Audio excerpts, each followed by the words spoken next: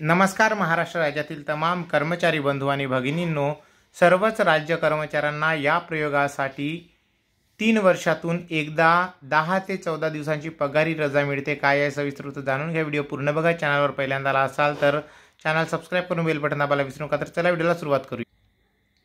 तर बंधूंनो, राज्य कर्मचाऱ्यांना वर्षातून 10 दिवस खाली नमूद कारण करण्यासाठी पगारी रजा अनुज्ञेय करण्यात येते। याबाबत वित्त विभागाने शासन निर्णय निर्गमित केलेला आहे। ते याप्रमाणे वित्त विभागामार्फत दिनांक 27 जून 2003 रोजी निर्गमित निर्णयानुसार विपश्यना रिसर्च इन्स्टिट्यूट धम्मगिरी इगतपुरी जिल्हा नाशिक या संस्थांमार्फत राज्यातील केंद्रात विपश्यना शिबिराकरिता 10 दिवसांची पगार रजा राज्य कर्मचाऱ्यांना देण्याचा निर्णय सदर शासन निर्णयानुसार घेण्यात आलेला आहे।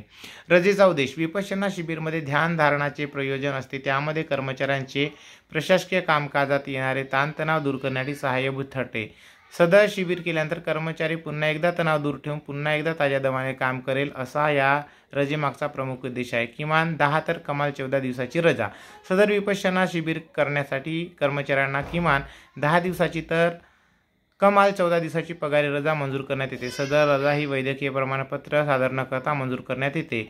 सदरची रजा ही 3 वर्षातून एका वेळेस तर संपूर्ण सेवा कालामध्ये जास्तीत जास्त 6 वेळा या मर्यादेत सदर प्रकारची रजा घेता येते। सदर रजा घेण्यासाठी प्रशिक्षण प्रवेशपत्राची झेरॉक्स प्रती रजेच्या अर्जासह जोडणे आवश्यक असते। सदरची रजा ही हक्क म्हणून मागता येत नसल्याचे नमूद आहे। त्याबाबतचा शासन निर्णय आम्ही स्क्रीनवर स्क्रोल करतोय, आपण बघू शकता।